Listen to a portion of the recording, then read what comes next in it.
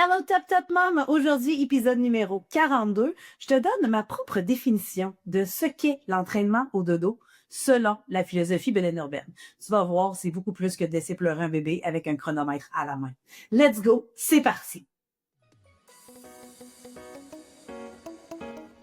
Bienvenue sur ton balado Feel Good to Motherhood. Top Top Mom et compagnie, parfois drôle, parfois touchant, mais certainement toujours pertinent et inspirant. Il n'y a pas un meilleur son pour t'accompagner pendant une sieste poutine ou pour te rappeler que la meilleure des mères pour ton enfant, c'est toi. Donc, Top Top Mom, mettons les points sur les i, les bords sur les t. Aujourd'hui, on va se parler de c'est quoi l'entraînement au dodo.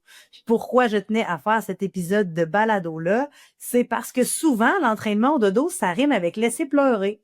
Fait que là, on entend des discours sur les réseaux sociaux comme l'entraînement au dodo, c'est dangereux. Mais c'est parce que quand on sait ça, que si on parle d'un très petit bébé, puis qu'on parle du cry it out, de laisser un bébé dans le noir s'époumoner jusqu'à temps qu'il s'évanouisse au bout de ses pleurs, c'est sûr et certain qu'on aura compris, mais instinctivement, on n'avait pas besoin de personne pour nous le dire que c'était pas nécessairement la meilleure façon pour apprendre à un bébé comment s'endormir.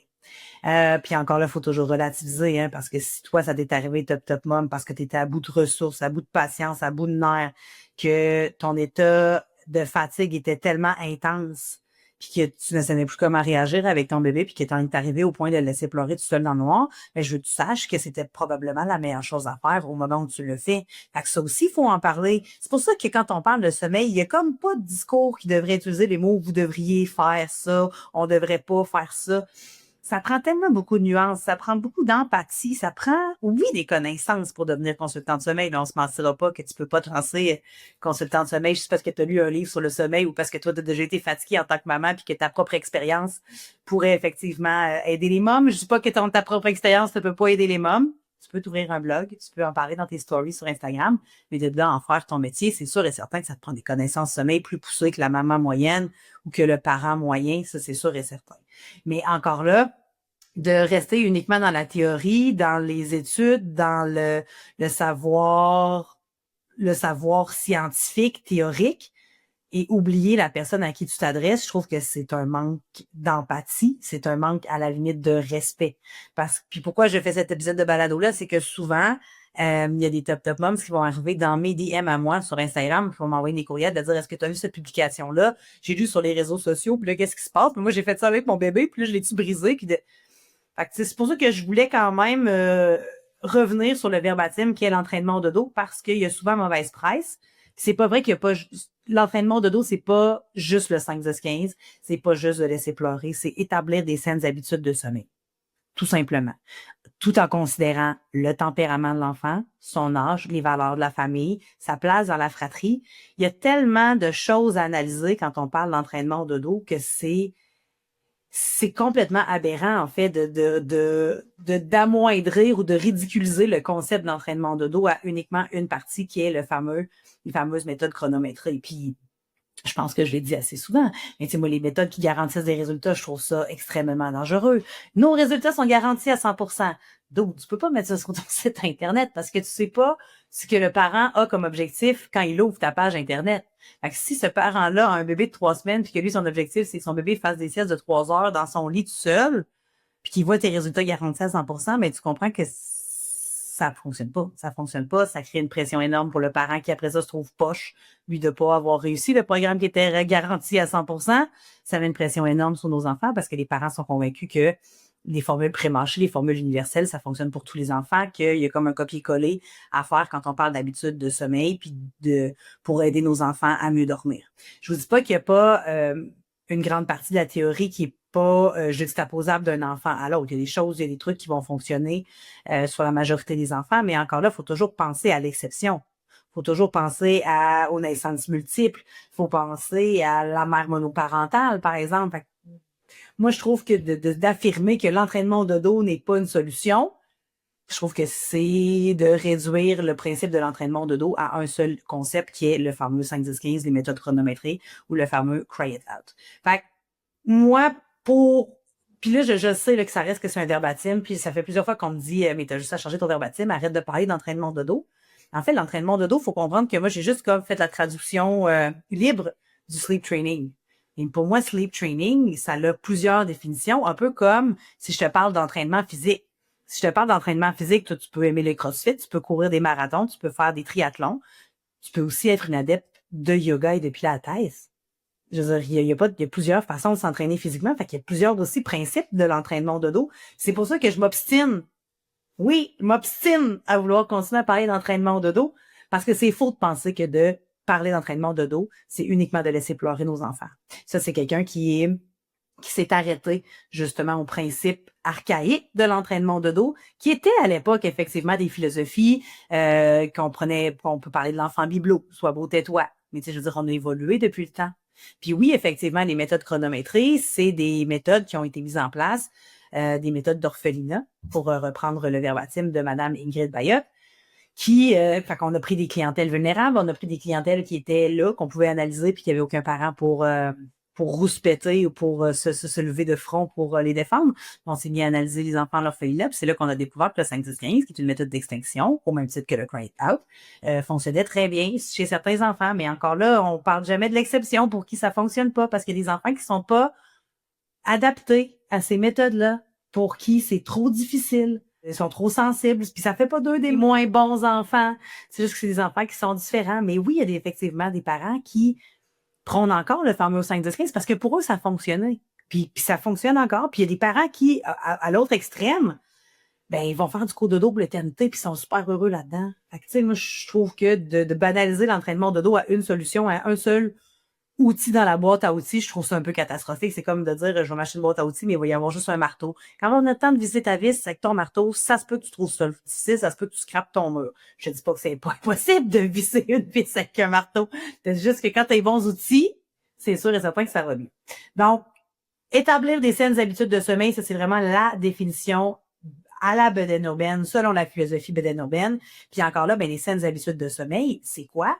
Ben, je sais pas, moi, c'est quoi? Je sais pas c'est quoi, toi, qu'est-ce que tu t'entends par les saines habitudes de sommeil? Est-ce que c'est d'éliminer des bords de nuit? Est-ce que c'est d'étirer les bords de nuit? Est-ce que c'est d'allonger les siestes? Est-ce que c'est mettre une sieste par jour dans la bassinette? Est-ce que c'est de faire du pot de dos de façon sécuritaire? Est-ce que c'est de faciliter l'endormissement? Est-ce que c'est la transition au grand lit que tu aimerais favoriser? Est-ce que tu viens me voir en prévention pour me poser des questions pour être capable de bien réagir le moment venu? Est-ce que tu es en état d'urgence parce qu'effectivement, là, tu commences à être fatigué, tu as essayé 175 000 affaires, plus tu vois bien que tu te diriges tout droit vers un mur qui s'appelle le manque de sommeil. Fait que, bref, les saines habitudes de sommeil, c'est vraiment quelque chose qui est variable d'une famille à l'autre. Puis les objectifs sommeil sont aussi variables d'une famille à l'autre. Puis c'est correct comme ça. Puis l'objectif ou la mission bedaine urbaine n'a jamais été de vouloir uniformiser le sommeil des enfants. C'est pas ça du tout. Nous, on veut pas que tous les enfants dorment entre 10 à 12 heures, s'endorment en 17 minutes. Ça n'a pas rapport. Nous, ce qu'on veut, c'est des familles heureuses, c'est des familles épanouies, c'est des familles qui comprennent les besoins de sommeil de leurs enfants, qui comprennent mieux c'est quoi le monde du sommeil, les différences puis les similitudes entre le sommeil de l'enfant puis les sommeils de l'adulte, mais qui sont capables aussi de s'épanouir au quotidien, qui sont pas, je dis pas qu'il y a pas des moments dans la vie d'un parent où c'est normal d'être fatigué. T'sais, les enfants malades, les problèmes d'intégration à la garderie. Il y a des trigger points dans la vie d'un parent où la fatigue s'installe puis ça fait partie de la game. Mais je te dirais que, règle générale, un parent peut pas être sur le pilote automatique pendant les 18 premières années de vie d'un enfant. À un moment donné, c'est sûr et certain que pour sauver ses enfants, il doit aussi sauver sa propre peau. Puis c'est là ensemble, c'est encore ce que je préfère le plus dans mon travail, c'est de trouver l'équilibre entre ce qu'on peut demander à l'enfant versus ce que le parent faut qu'il comprenne, parce qu'il y a une différence entre des défis sommeil et de la fatigue parentale. Fait que je le dirai jamais, je dirai jamais assez souvent que des fois le truc sommeil c'est OK, va demander de l'aide là, parce que là clairement c'est ton enfant de 4 mois qui se réveille aux 3-4 heures la nuit puis qui se rendort rapidement peut pas t'aider à le faire plus dormir. Là, ça, c'est une nuit de bébé. Mais je peux comprendre que t'es fatigué à Motanzan, par exemple. Fait que va te chercher des bras de rechange, on va essayer d'instaurer le cododo pour que tu puisses te reposer. On va te trouver des trucs, Tu sais, de mieux partager les tâches familiales, ça fait aussi partie des fois d'un plan de match sommeil. Tu sais, de dire, de demander de l'aide au conjoint. Oui, mais il travaille. Ouais, je comprends qu'il travaille, mais tu sais, je veux dire, toi aussi, là, tu passes pas ta journée à faire du Netflix and chill, on s'entend.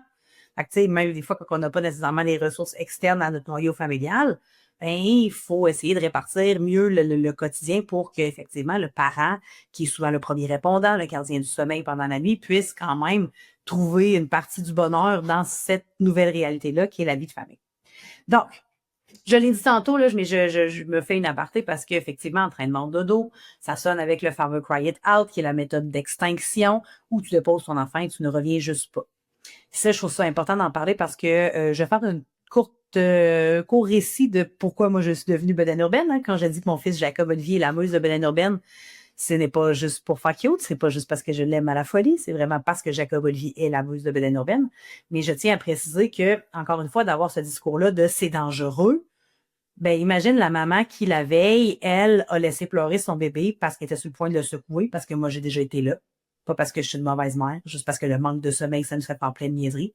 Fait que la maman qui tombe sur ce contenu-là, qui est déjà fatiguée, qui est déjà au bout de sa life, qui tombe en plus sur du contenu qui manque de nuances, qui dit attention, t'es dangereux de t'en scraper ton enfant, puis que tu devrais t'oublier pour l'éternité parce que ton enfant passe en premier. Et où la zone grise? Parce que cette maman-là n'a pas besoin de se faire taper sur la tête. En fait, puis pourquoi je prends la défense de ces mamans-là, c'est que moi, à l'époque, en 2010, si j'avais lu ce genre de contenu-là, je sais pas ce qui serait arrivé. Honnêtement, je sais pas si j'aurais survécu à ma maternité. Pour moi, non seulement c'était important de dormir, ça l'est vraiment encore aujourd'hui quand j'ai pas mon 7 heures, mettons, de sommeil. Honnêtement, je suis pas la même personne. Fait que je me dis, ces mamans qui sont déjà vulnérables à cause du manque de sommeil, qui tombent sur des contenus de t'es en train de scraper ton enfant, qui a pas d'autre solution mis à part le temps, que tu as voulu avoir un enfant, ça fait partie de la game. La maman qui se dit, ouais, mais là, parce que l'endormir au sein, c'est la seule unique chose, c'est naturel, c'est sain, c'est biologique, mais là, elle est seins gercés jusque dans le front. Tu sais, je sais pas, je suis pas en train d'essayer de dire que j'ai réponse à tout, mais en tout cas, j'ose croire, puis j'espère vraiment que le discours de bedaine urbaine, ou en tout cas du moins ce qui va rester après ma vie terrestre, ce sera trouvons des solutions à celles qui en veulent, puis essayons d'adapter les solutions qui considèrent autant le bébé humain que la maman humaine. Parce que je trouve que, pour en suivre quand même beaucoup des comptes Instagram, là, mais je trouve qu'on n'est jamais dans cette symbiose de travail d'équipe. C'est toujours ton bébé est important ou t'es importante, fait que laisse-le pleurer. Tu sais, il n'y a pas cette nuance-là, je trouve, en tout cas, pas assez à mon goût. Fait que on continue à en mettre une couche, puis on va mettre une couche, puis on va continuer à créer du contenu nuancé. Du moins, je l'espère. Fait que l'entraînement de dos, il y a plusieurs façons de faire, pareil comme quand on s'entraîne physiquement. Puis il faut arrêter aussi de juger les mamans qui en arrivent à laisser pleurer leurs enfants jusqu'à l'extinction, parce que souvent, ces mamans-là, c'est pas comme « Yeah, j'ai vraiment hâte de laisser pleurer mon enfant », c'est « Taboute, je sais plus quoi faire, j'ai plus de solution ». Puis, ben effectivement, sécuritairement parlant, c'est mieux de laisser pleurer ton enfant dans sa bassinette dans un endroit sécurisé que de le tenir dans tes bras si t'es plus capable de t'auto-réguler toi-même. Puis la question se pose, est-ce que c'est plus dangereux de laisser pleurer un enfant ou un parent qui est à bout de ressources puis qui est plus capable de répondre aux besoins primaires de son enfant parce qu'elle a plus cette sensibilité maternelle-là, parce qu'elle est plus capable, parce qu'elle est juste trop fatiguée. Parce que effectivement, c'est comme quelqu'un qui se prive de manger. En fait, quand on est en privation de sommeil, on devient vraiment en mode survie. Il n'y a comme plus rien qui fonctionne, on est comme plus à l'écoute de rien, on n'est plus capable de saisir des signaux. Tu sais, le cerveau se met vraiment en mode survie, puis il va être capable de continuer de fonctionner un peu sur une énergie d'urgence, mais tu comprends que l'énergie d'urgence, à un moment donné, elle peut pas toujours être là de façon permanente. À un moment donné, ça prend un bouton reset, ça prend une nuit de sommeil, ça prend du sommeil de qualité pour être capable de remonter la pente. Fait que bref, il y a plein de façons de le faire, puis il faut vraiment arrêter de juger les mamans qui font le Cry It Out, parce que comme je l'ai dit, c'est souvent pas de gaieté de cœur, c'est souvent pas le premier plan de match. Des fois, ça arrive, on est rendu là, puis ben ça fait pas de toi une mauvaise mère, c'est juste qu'effectivement, le lendemain, il faudrait peut-être que tu sois capable de lever le flag puis de dire, là, je pense que hier soir, c'était pas vraiment top ce qu'on a fait, c'était la meilleure chose qu'on pouvait faire dans les conditions où on l'a fait, au moment où on l'a fait, mais quand même d'aller chercher de l'aide si jamais c'était le cas. Donc, c'est ça. Puis pourquoi je te raconte ça? Parce que moi, c'est ça. Quand Jacob Olivier est né, aux alentours de 4 mois, là, la régression du sommeil de 4 mois, j'aurais tellement ça aimé savoir qu'il y avait des régressions dans le sommeil d'un enfant. Je savais pas. Pourtant, j'avais quand même lu beaucoup de livres, et beaucoup de livres qui étaient peut-être trop axés sur le mode solution et non pas suffisamment pour le pourquoi. Puis ça, c'est aussi quelque chose que j'ose croire, que j'aimerais qu'il circule à propos de la philosophie pleine urbaine, c'est qu'on est un peu dans le juste milieu de sans t'embourber dans toute la théorie du sommeil que moi j'ai dans ma tête parce que ça fait quand même 13 ans que je suis consultante de sommeil, mais de te faire comprendre un peu comment ça fonctionne le développement de l'enfant puis le sommeil, mais aussi un côté pratico-pratique. Fait qu'on n'est pas juste dans la théorie de voici comment ça fonctionne puis assume d'être maman, et on n'est pas juste dans le pratico-pratique de dire A, B, C. Moi, j'aime bien que les parents soient capables de se faire leur propre synthèse puis être capables de faire leur plan de match sommeil par eux-mêmes. C'est un peu l'idée avec l'écriture des Top Top Book ou des formations en ligne de dire je vais t'expliquer comment ça fonctionne, puis après ça, tu vas pouvoir mettre en place toi-même tes outils, des outils que instinctivement tu trouves qui te ressemblent en tant que parent, qui correspondent à tes valeurs. Puis je le dis tout le temps, le meilleur plan de match sommeil, c'est celui qui vient du parent, parce que moi j'ai beau vous faire les plans de match sommeil, c'est pas mon enfant, c'est pas mon ressenti, c'est pas ma maternité, c'est pas moi qui va être là à 3 heures du matin. Fait que moi je trouve que quand le plan de match sommeil est élaboré par le parent, le premier répondant, le gardien du sommeil, la famille en soi, ben c'est toujours bien plus précis qu'un plan de match qui a été pré-mâché. Donc, ça fait qu'à l'époque, Jacob Olivier, régression de sommeil de 4 mois, je me souviens très bien, là, dans ma belle maison blanche mexicaine, parce que oui, mon garçon est né au Mexique. Jacob Olivier, ça fait 173 fois, je l'endors, je le dépose, puis il se réveille à chaque fois, pas capable d'aller prendre une douche. Puis je sais pas si tu le sais, au Mexique, une douche, c'est pas un luxe, là, c'est quand même des fois nécessaire. Puis là, à un moment donné, je me mets à pleurer. Puis là, je sais quoi, c'est pas compliqué, je pleure plus fort que mon beau bébé d'amour. Je l'ai au bout des bras, un peu à bout portant comme une petite bombe. Puis là, je pleure, puis je pleure, puis je pleure. Puis dans ma tête, là, j'ai juste le goût de le secouer un petit peu. Là, tu sais, juste pleurer. Puis pas parce que je suis une mauvaise mère. Puis je sais qu'il faut pas que je le secoue, là, parce que je sais que ça, c'est irréversible. Puis que, tu sais, il y a plein d'affaires, ces idées un peu mixées qui se passent dans ma tête qui sont pas claires du tout. Là. Vraiment, je suis fatiguée. J'oserais dire as fuck. C'est mon balado, je dis ce que je veux. Fait que bref, son père est arrivé un peu sur l'entrefait. Puis je me souviens, il a comme pris Jacob Olivier un peu en mode panique. Puis là, il m'a regardé, puis il a dit, va prendre ta douche, là, sans vouloir dire, OK, je m'en occupe. Puis honnêtement, je remercierai jamais assez Daniel Arturo d'être arrivé à ce moment-là, parce que honnêtement, je sais pas ce qui serait arrivé avec mon fils. Ça aurait été l'enfer. Ça aurait été l'enfer. Fait qu'en tout cas, peu importe, je veux pas passer trop de temps là-dessus parce que ça me rend quand même émotive. Ça fait 15 ans que c'est arrivé. Fait que, fait que je vais en prendre ma douche. Évidemment, je sors de la chambre et Jacob Olivier dort paisiblement dans son lit. Et là, ça me prend un plan de match là, parce que je me suis vraiment fait peur. Là, j'ai été pendant quand même, je vais dire quelques jours, mais pour pas dire quelques semaines, à avoir peur de prendre Jacob Olivier dans mes bras parce que je me suis dit, d'un coup, je le secoue involontairement, tu sais. Je l'aime, moi, cet enfant-là. Là. Je sais qu'il faut pas que je fasse ça, mais quand on dit que le manque de sommeil, il y a des effets collatéraux qui sont très pervers puis très dangereux pour l'être humain, c'est un peu ça qu'on veut dire. Fait que moi, c'est ça. Fait que quand j'ai vécu ça, ben le lendemain, je me suis mis sur Internet. Là. C'est probablement pas Google qu'on utilisait à l'époque, mais tu sais, être bébé, maman fatiguée, pouvoir vendre bébé peut-être, je sais pas, tu sais. Vu que là, j'ai trouvé le fameux 5-10 15 qui pour nous à l'époque a été un game changer. Est-ce que le 5-10-15 fait partie de la philosophie de urbaine? Non. Est-ce que ça a fonctionné pour Jacob Olivier? Oui. Est-ce que ça fonctionne pour tous les bébés de la planète? Non. Mais tu sais, encore avec un recul, aujourd'hui, Jacob Olivier, dans toute la splendeur de son tempérament, c'est un petit garçon qui est tellement résilient, puis tellement smooth, qui était le bébé parfait pour faire le 5-10-15. Moi, je me suis dit que ça n'a pas été très long, puis que Jacob Olivier s'est mis à bien dormir, puis que j'ai pu récupérer, puis que là, j'ai commencé à avoir vraiment du fun à être une maman. Chose que j'avais pas eu, que j'avais eu quand même les premières semaines, jusqu'à temps qu'ils se mettent à moins bien dormir, jusqu'au moment où j'ai eu peur de commettre l'inévitable. Fait que, tu sais, le fameux 5-10-15, c'est une méthode, puis c'est celle-là qu'on va c'est celle qu'on va associer avec l'entraînement au dodo parce que ça reste quand même une des plus populaires. C'est celle qu'on va souvent parler dans le domaine médical. Il faudrait faire la 5-10-15, gna. Fait que, tu sais, souvent, c'est l'entraînement au dodo. Ça arrive avec 5-10-15. Puis je veux pas blâmer trop les philosophies qui vont dire que l'entraînement au dodo, c'est dangereux, puis qui vont vraiment comme avoir une idée préconçue que c'est uniquement le 5-10-15 parce que c'est ça. Tu sais, c'est comme de dire le CrossFit, à quoi tu penses? Ben, tu sais, on a des idées préconçues. Ben, l'entraînement au dodo, aussi, on a une idée préconçue de l'expression puis du verbatim.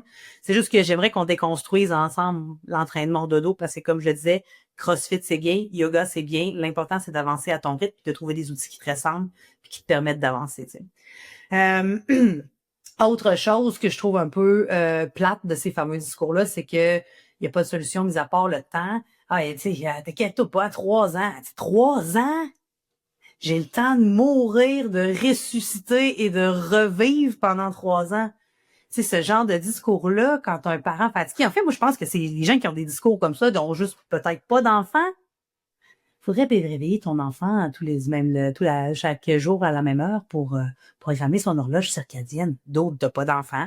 T'as pas d'enfant parce que tu comprends pas le feeling d'une maman qui se lève avant son enfant puis qui va pouvoir avoir 10, 15, 20 minutes pour elle, boire son café chaud. Toi, tu lui demandes d'aller réveiller ton enfant, t'as pas d'enfant.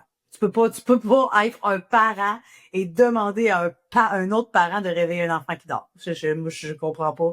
Je comprends que théoriquement, effectivement, quand on va parler des troubles de sommeil à l'âge adulte, on va avoir ce genre de conseils-là. Ça fonctionne très bien. La thérapie cognitivo-comportementale, puis d'analyser l'hygiène du sommeil, ça fait quand même partie des traitements de base quand on parle de troubles de sommeil à l'âge adulte, mais de donner ce conseil-là quand on parle à un parent qui gère le sommeil d'un autre bébé, puis là, genre, gérer avec les plus gros guillemets de la life, là, mais c'est impensable de penser. En tout cas, moi, je trouve que ça fait aucun sens. J'ai passé 3 heures à l'endormir, mais là, 7 heures demain matin, il va falloir que je le réveille. Non, c'est sûr, et en tout cas, pas dans la philosophie bédéno-urbaine, ça, c'est sûr et certain. Donc, l'entraînement de dos est dangereux avec un bébé très petit, avec une méthode qui implique beaucoup de pleurs, comme le fameux Cry It Out, comme le fameux 5-10-15.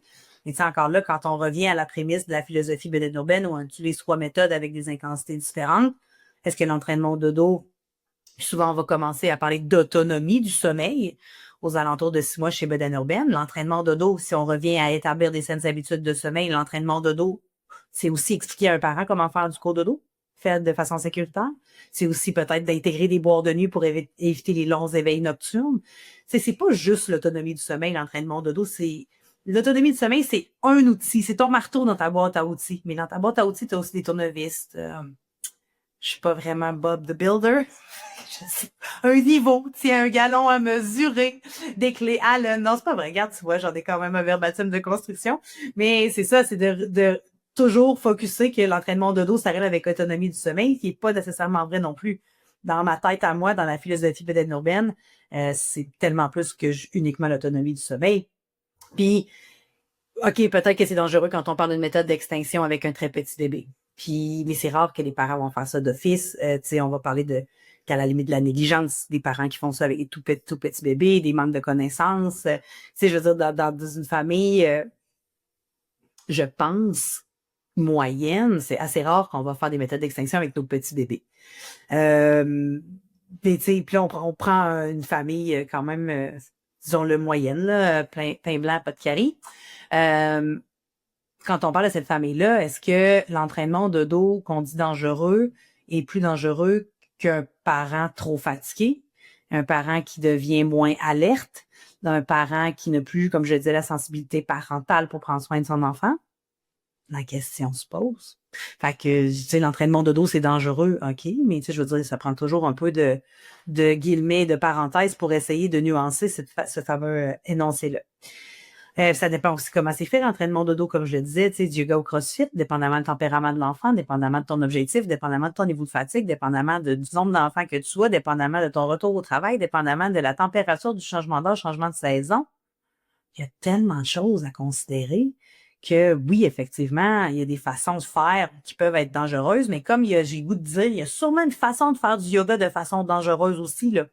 Je veux dire, si t'es cardiaque, tu vas faire du hot yoga, ça reste du yoga, mais dans une chambre à 38 degrés, il faut l'humidité, c'est peut-être pas la bonne approche pour toi non plus. Fait que c'est pour ça que je trouve que ça mérite d'être énoncé, puis ça mérite d'être clarifié, ce qu'est et ce que n'est pas l'entraînement au dodo.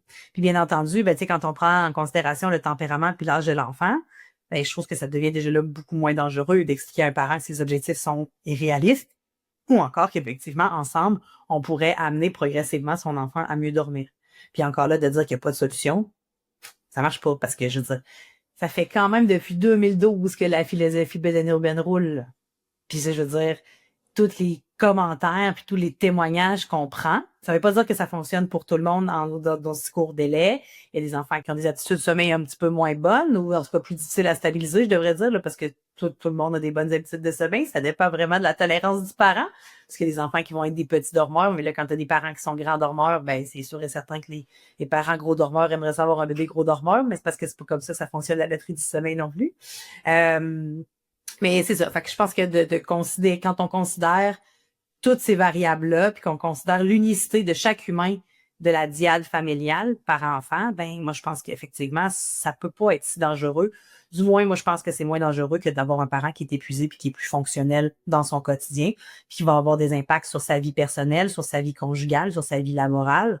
Puis là, c'est là que le manque de sommeil fait un peu effet boule de neige parce que le manque de sommeil du parent va avoir des répercussions sur toutes les sphères de sa vie ou du moins sur plusieurs sphères de sa vie, sa santé physique, sa santé mentale.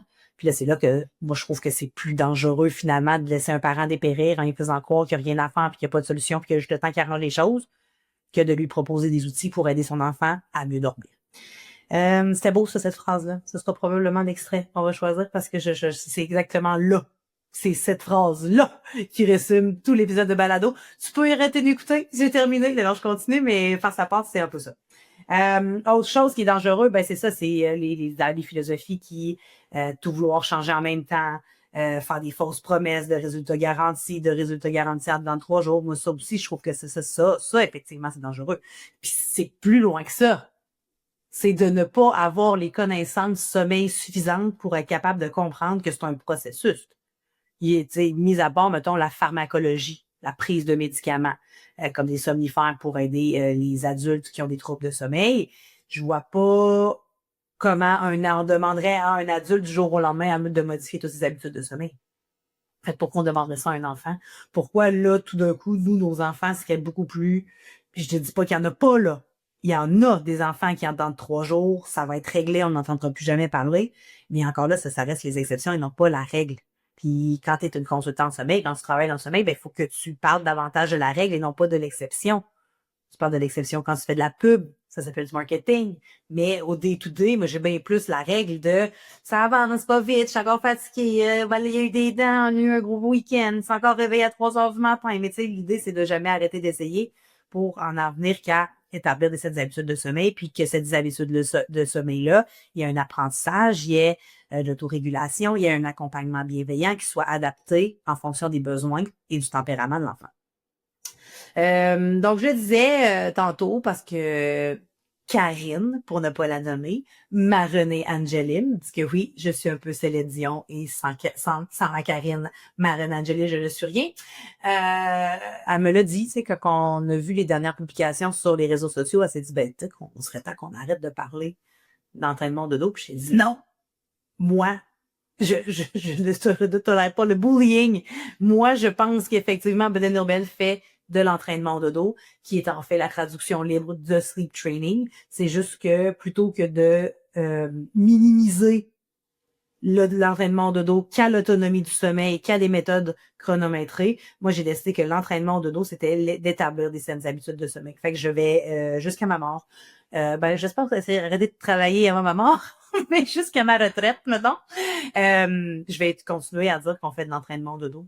Puis je vais continuer à lever le bras, puis à lever la main, puis à commenter le plus respectueusement possible, puis le plus humblement possible les gens qui font du contenu, qui ne comprennent pas que l'entraînement au dodo, ce n'est pas que de laisser pleurer ou de se chronométrer ou de viser l'autonomie du sommeil.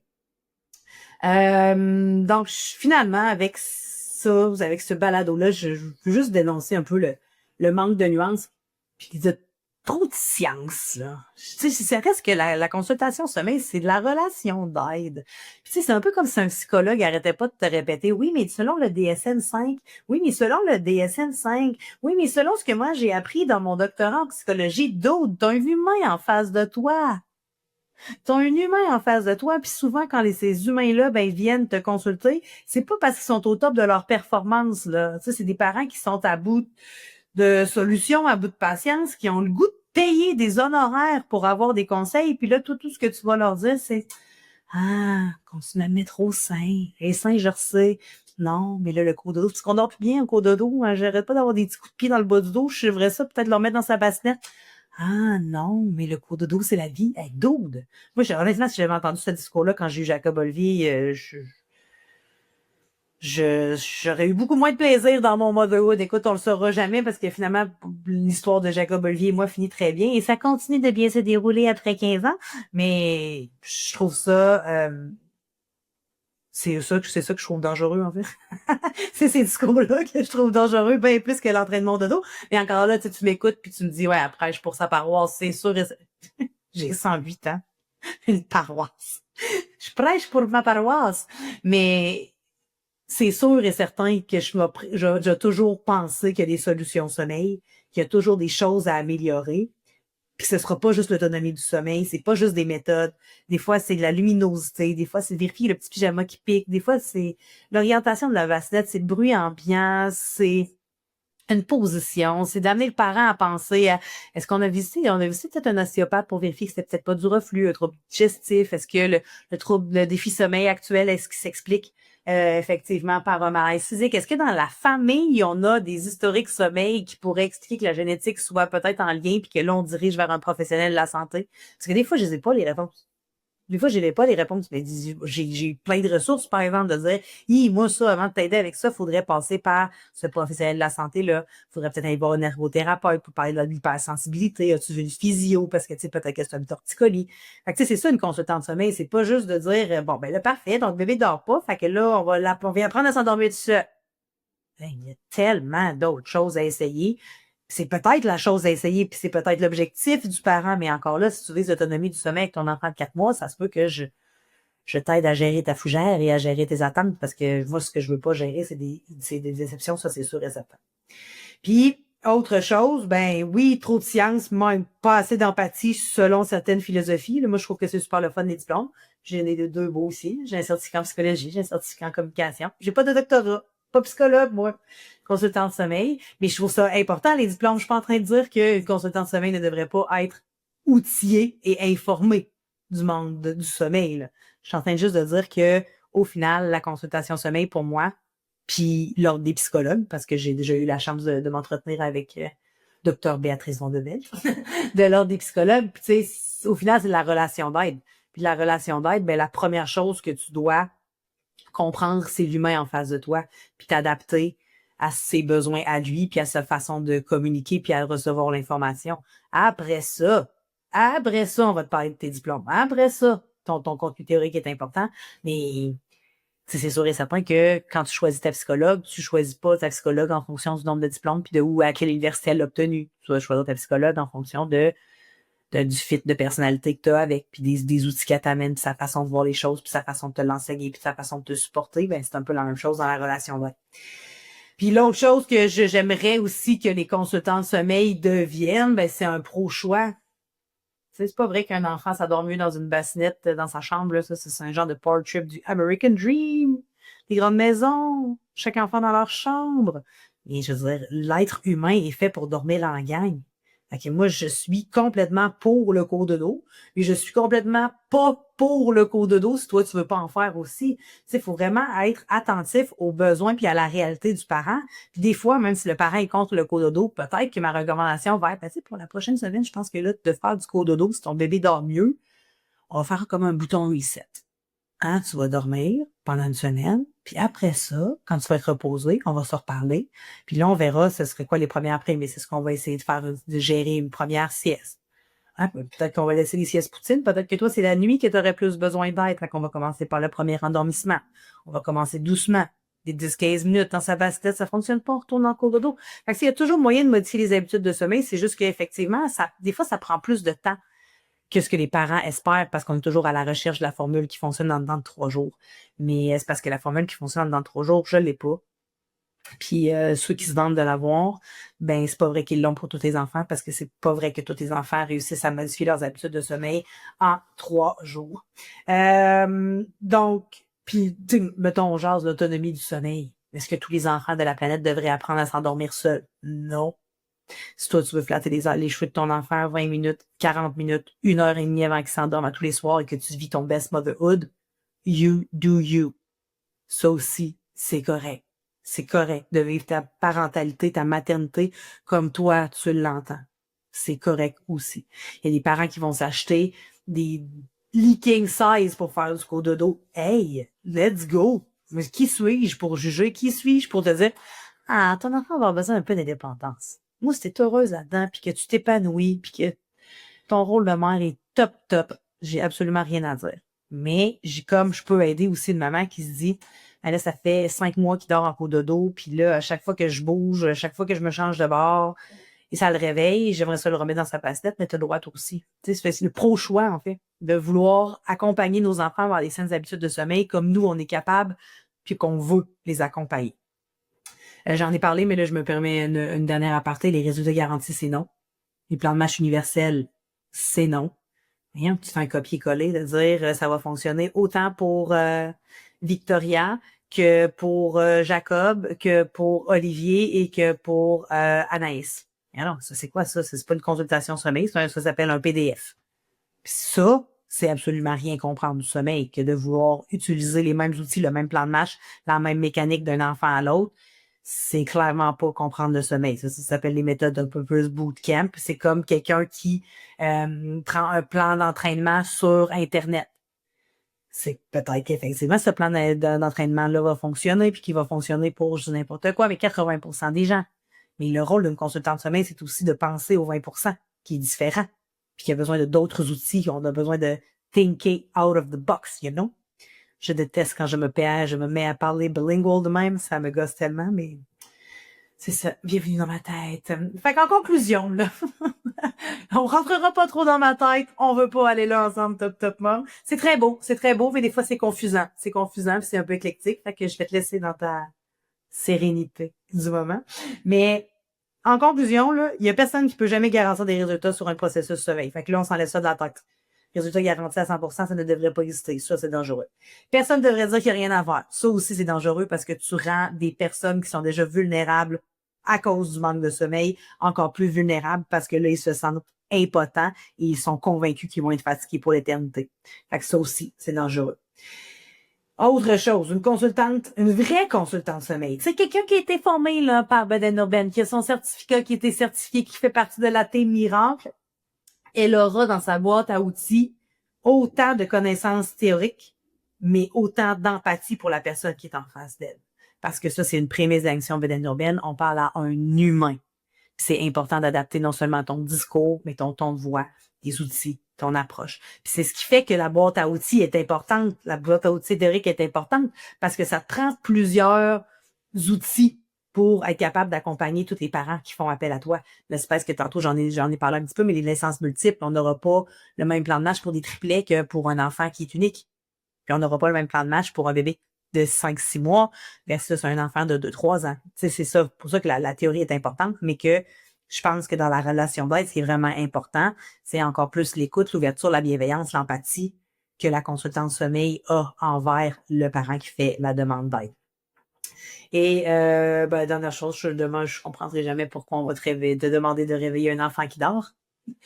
Moi, j'ai 39 ans et demi au moment où j'enregistre ce balado, puis me faire réveiller quand je dors, j'aime pas beaucoup ça. Ben, vos enfants non plus. Ton enfant, il ne rêve pas de se faire réveiller pour suivre un horaire fixe. Ton enfant, il en a absolument à rien à cirer de l'heure de ton horloge. Tout ce qu'il veut, c'est des saines habitudes de sommeil qui sont capables de soutenir son développement global. Alors, Drop the Mic, c'était le balado sur ma propre définition, du moins comment la philosophie Beden Urban l'interprète de l'entraînement au sommeil. J'espère que ça te parle. J'espère que tu auras le goût de partager cet épisode de balado-là pour m'aider justement à démoniser le verbatim qu'est l'entraînement dodo, parce que j'espère que tu comprends maintenant que l'entraînement dodo n'est pas uniquement de laisser pleurer nos enfants chronomètre à la main. Hey Top Mom, tu viens tout juste d'écouter un épisode du balado Top Mom et compagnie. Si tu as aimé cet épisode, donne-nous une dose de love en nous accordant la note parfaite de 5 étoiles ou encore mieux, écris-nous un petit mot en commentaire. Merci infiniment d'être aussi top et je te dis à très bientôt pour un prochain épisode de Top Mom et compagnie.